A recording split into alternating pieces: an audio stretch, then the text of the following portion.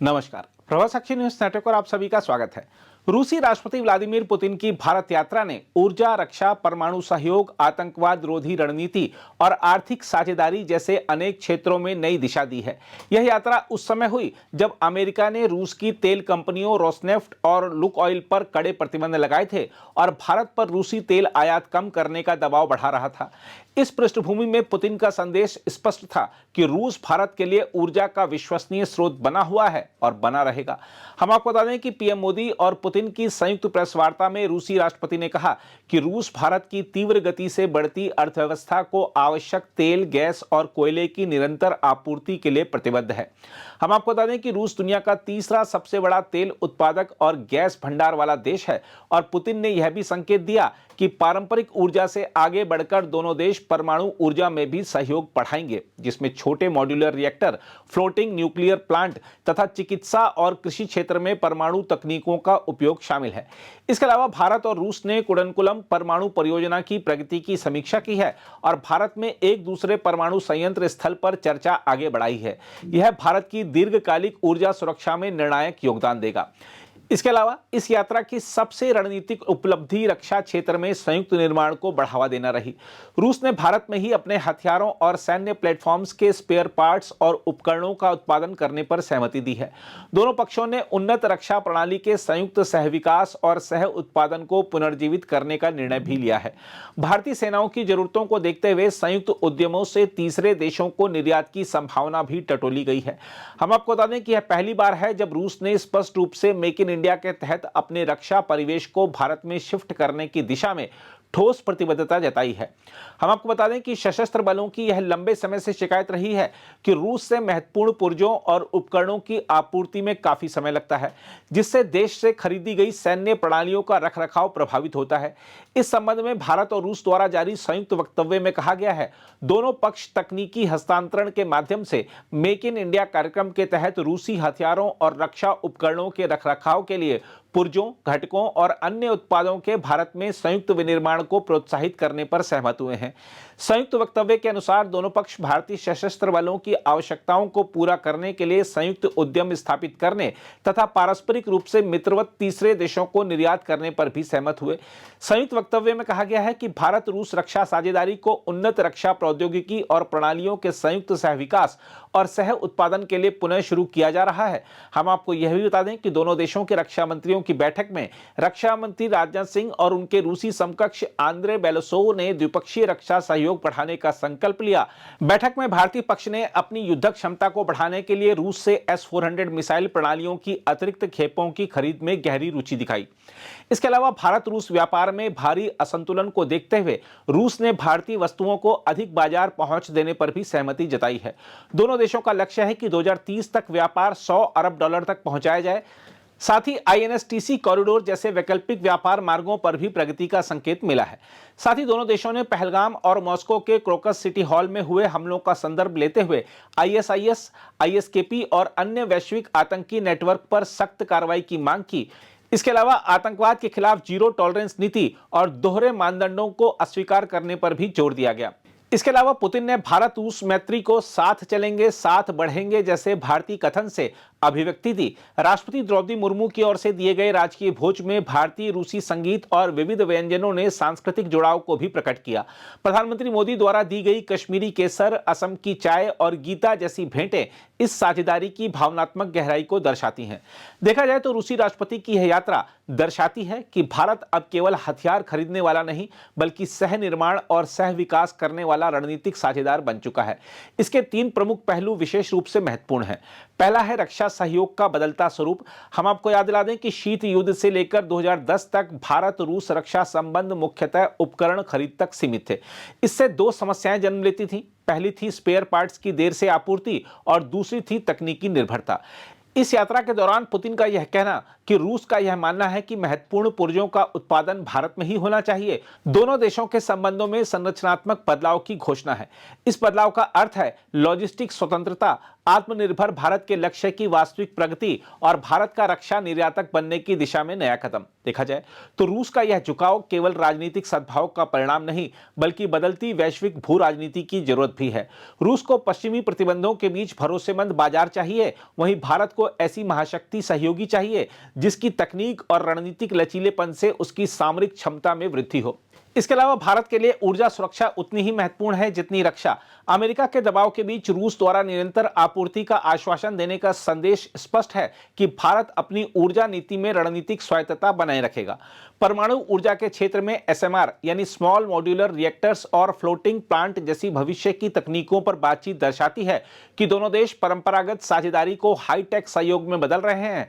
साथ ही आईएनएसटीसी जैसे वैकल्पिक व्यापार मार्ग वैश्विक शक्ति प्रतिस्पर्धा के युग में भारत को एक स्थलीय समुद्री संतुलन प्रदान करेंगे। पुतिन की भारत यात्रा के वैश्विक प्रभावों को देखें तो सामने आता है कि यह केवल दो देशों की साझेदारी का कार्यक्रम नहीं बल्कि विश्व राजनीति का संकेत भी है। जब अमेरिका रूस पर प्रतिबंध बढ़ा रहा है और चीन आक्रामक उभार पर है, तब भारत रूस समीकरण एक स्थिर धुरी की तरह उभर रहा है। ब्रिक्स में 2026 में भारत की अध्यक्षता के साथ यह साझेदारी वैश्विक आर्थिक और राजनीतिक मंचों पर नए संतुलन बना सकती है। साथ ही यह भी स्पष्ट हो गया है कि भारत अब वह देश नहीं रहा जो केवल SO-30 या मिग या टैंक आयात करे।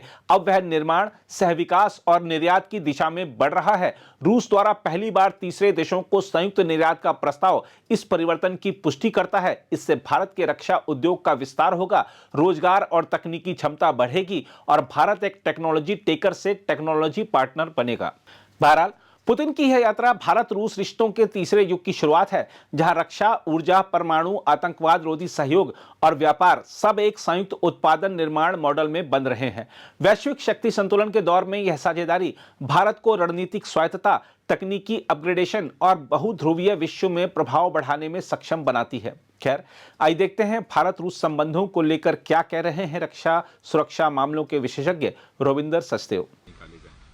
देखिए, ये जो प्रेस कॉन्फ्रेंस समिट हुआ, मैं इसको असेस करूंगा कि ये बहुत ही अच्छा सक्सेसफुल समिट था, बहुत ही ज़रूरी, और इसमें ज़रूरतमंद मुद्दों को कवर किया गया। हमारे ट्रेडिशनल रिश्ते रशिया के साथ केवल ज़्यादातर डिफेंस और न्यूक्लियर में रहे हैं, और हाँ, अब तेल में यूक्रेन वॉर के बाद से हमें जो ज़रूरत है जल्दी से जल्दी, तेज़ी से तेज़ी दूसरे सेक्टर्स में, टेक्सटाइल्स हो गए, फार्मास्यूटिकल्स हो गया, मेडिकल हो गया, इंजीनियरिंग हो गया, जितने भी और सेक्टर्स हैं उनमें रशिया से रिश्ते ज़्यादा बढ़ाने की, और ख़ासकर हमें एक्सपोर्ट बढ़ाने की, और रशिया को भी ज़रूरत है कि इंपोर्ट बढ़ाने की भारत से। अब ऐसे में आज जो ये MOUs हुए हैं, कस्टम्स को लेकर के हुए हैं, पेमेंट मैकेनिज्म्स को लेकर के हुए हैं, स्किल्ड लेबर की मोबिलिटी को लेकर के हुए हैं, R&D को लेकर के हुए हैं, शिप बिल्डिंग, आर्कटिक में हम जो रिसर्च करेंगे उनको लेकर के हुए हैं, कल्चर को लेके कल्चरल एक्सचेंज बढ़ाई जाएंगी। रशिया की एजुकेशन एजेंसी अपना दफ्तर यहाँ खोल रही है ताकि इंडियन स्टूडेंट जो जाते हैं उनको एक सिंगल विंडो सिस्टम मिले। रशिया की कस्टम्स एक अपना ऑफिस दिल्ली में खोल रही है और बॉम्बे में भी खोलेगी ताकि कस्टम्स में जो दिक्कतें आती हैं हमारे एक्सपोर्टर्स को वो आसान हो। और पुतिन और रशिया स्पेशली एक एक्सपो कहिए, कॉन्फ्रेंस कहिए, ऑर्गेनाइज करने जा रहे हैं जिसमें भारतीय एक्सपोर्टर्स और रशियन इंपोर्टर्स का आपस में मीटअप होगा कि भारत से क्या क्या हम इंपोर्ट कर सकते हैं। फूड के स्टैंडर्ड्स की जो एग्रीमेंट हुए बहुत अहम है, क्योंकि एग्रीकल्चर और प्रोसेस फूड्स में जब भी आप एक्सपोर्ट करते हैं तो दूसरे देश में जब सामान जाता है तो कोई ना कोई स्टैंडर्ड चाहिए होता है जो एक दूसरा हम माने कि भाई ये क्वालिटी है, आप भी मानो मैं भी मानूं। तो जो FSSAI का जो एग्रीमेंट हुआ वो भी बहुत अहम है। तो मैं इसको ऐसे देखता हूँ जैसे कि जब पहाड़ी चढ़ने जाते हैं तो माउंटेन चढ़ने से पहले, एवरेस्ट से पहले एक बेस कैंप होता है, वहाँ पे टीम बैठती है, पूरी तैयारी करती है, हाँ भाई अब आखिरी चढ़ाई चढ़नी है तो क्या क्या तैयारियाँ करी जाए। तो ये आज की समिट मैं एक तरह से बेस कैंप की तैयारियाँ मानूंगा। इसका आउटकम देखिए, इसके आउटकम एक तो डिफेंस में अगर बात कर लें, डिफेंस में आउटकम्स आएंगे, हालांकि अनाउंस नहीं हुए आज, आउटकम्स आएंगे। हमें S-400 की डिस्कशन चल रही है और जो हमारे सुखोई का अपग्रेड होना है वो तो होना ही। हमारे बजट ऑलरेडी कैबिनेट पास कर चुकी है करीब 60-70 हज़ार करोड़ का, उसको हाईलाइट नहीं करा गया, वो अलग रहा। आउटकम्स जो ज़्यादा, मैं जो कह रहा हूँ ज़्यादा अहम है, वो अहम है कि भारत के एक्सपोर्ट्स बढ़ेंगे रशिया को, भारत के एंटरप्रेन्योर्स को अपॉर्चुनिटी मिलेगी ज़्यादा रशिया में, हमारे स्टूडेंट्स को एजुकेशन में आसानी होगी वहाँ पे। ये मेरे ख्याल से मोटे मोटे मुद्दे हैं जो जिनका हमें फ़ायदा होगा, और हमारे कल्चर का भी एक्सचेंज। तो ये एक्सपेंशन होगा हमारे रिश्तों का, मल्टी डायमेंशनल रिश्ते बढ़ेंगे हमारे रशिया से, और केवल सीमित नहीं रहेंगे कुछ बड़े बड़े दिग्गज बिजनेस पे, जैसे कि डिफेंस हो गया, न्यूक्लियर हो गया, ऑयल हो गया। तो अचीवमेंट मैं देखता हूँ, तो इसका ऑब्वियसली इम्पैक्ट हमारी इकोनॉमी पे होगा, बायलैटरल ट्रेड पे होगा।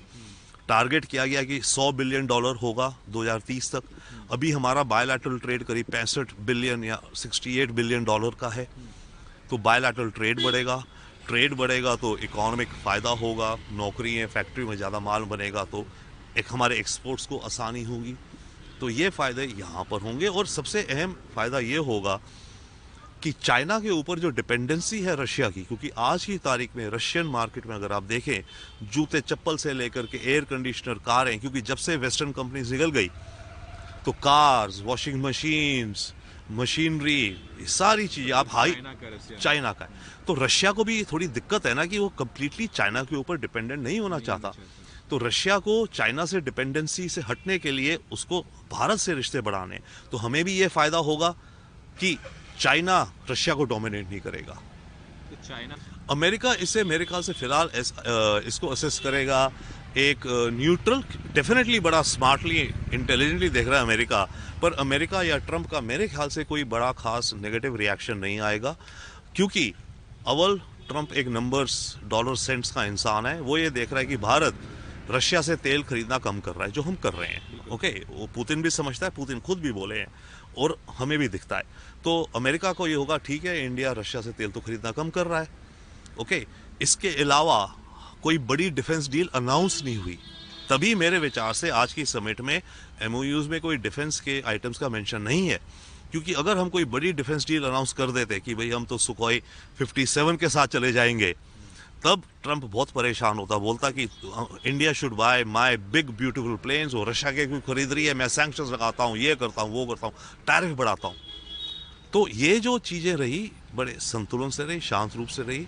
हमें जो करना है हम करते जा रहे हैं। तो अमेरिका का जो रिएक्शन है मेरे विचार से इस समिट को लेके कोई ज़्यादा नेगेटिव वो नहीं आएगा। बट हाँ, अमेरिका समझेगा, अमेरिका को मैसेज ये जाएगा कि भारत रशिया के साथ अपने रिश्तों को और सॉलिडिफाई कर रहा है। अगर आप भी लेना चाहते हैं देश दुनिया की तमाम जानकारी तो आज ही सब्सक्राइब करें हमारे चैनल को। साथ ही नीचे दिए बेल आइकन को जरूर दबाएं ताकि हर अपडेट आप तक पहुंच सके।